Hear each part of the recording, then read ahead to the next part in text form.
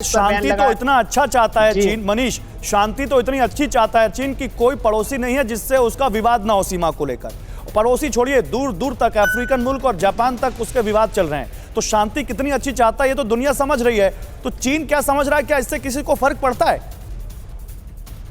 कोई दो राय नहीं कि आज की जो परिस्थिति है उसमें शायद ही चीन को पूरी दुनिया के 193 कंट्री में से पाकिस्तान के अलावा चंद एक दो कंट्री होंगे जो कह सकते हैं कि मैं चीन के साथ हूं। लेकिन बात फिर वही आती है कि राजनाथ जी जब ये कहते हैं, क्योंकि राजनाथ जी के पूरे बयान में मुझे भविष्य का एक आईना दिखता है। आईना ये है कि जब राजनाथ जी कहते हैं कि डिप्लोमेटिक लेवल पर कुछ बातचीत से हासिल नहीं हुआ है, आगे बातचीत जो कमांडर लेवल की होगी। आप देखिए उनका जोर कमांडर लेवल की बातचीत पर बहुत है।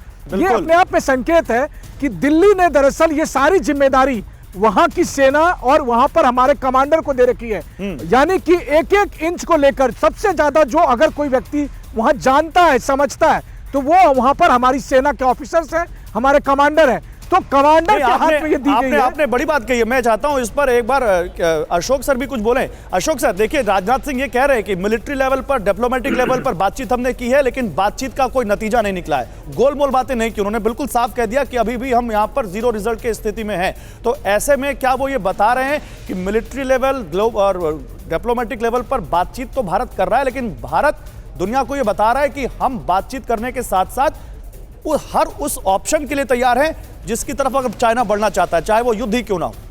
आप बिल्कुल ठीक कह रहे हैं गौरव। देखिए शुरू के मेरे अपने कमेंट में भी मैंने यही कहा था, जो उनका बिल्कुल ही रियलिस्टिक असेसमेंट है, बिल्कुल ही प्रैग्मेटिक असेसमेंट है। जो हालात हैं, हम बहुत प्रयास कर रहे हैं, बहुत प्रयास करते रहेंगे, परंतु इसमें अभी तक हमारे हाथ में नाकामी ही मिली है, चाहे डिप्लोमेटिक या फिर कमांडर लेवल से। और अगर नाकामी उसमें होगी तो हम बिल्कुल जो अंतिम और जो है उसके लिए हम बिल्कुल तैयार हैं। इसमें इसलिए चीन ये मत समझे जो वो इसको आगे चलाकर वो भारत को किसी तरीके से वो उसको दबा सकता है।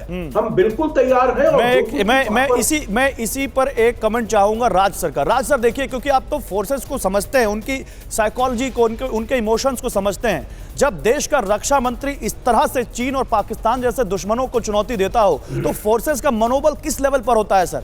वो जो अपनी जान की बाजी लगाकर बॉर्डर पर खड़े हैं, उनको समझ में आता है कि एक सरकार है जो उनके लिए हर कुछ करने को तैयार है, उनको बैक कर रही है हर मौके पर। बेशक आज के दिन किसी सिपाही को शक नहीं है कि सरकार पूरे तरीके से सैनिकों के साथ खड़ी है। आज के दिन अगर आप देखें तो डिप्लोमेसी में मिलिट्री का बहुत हाथ आने लगा है।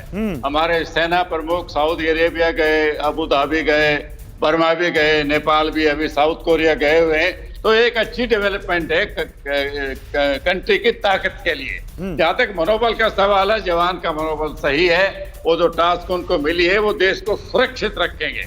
लेकिन दो फ्रंट के बाद एक अलग चीज है, वार का उद्देश्य क्या होगा। चाइना पाकिस्तान अगर दोनों मिलकर हमला करेंगे, अगर मान लिया थ्योरेटिकल है, संभव कुछ भी हो सकता है, लेकिन इसकी संभावना नहीं है। लेकिन अगर ये हुआ तो भारत की नेवी चुप नहीं बैठेगी, वो लड़ाई पे साउथ चाइना से भी जाएगी। अच्छा, ठीक है। परवाह देश की, सोमवार से शुक्रवार रात 10 बजे TV9 भारतवर्ष पर।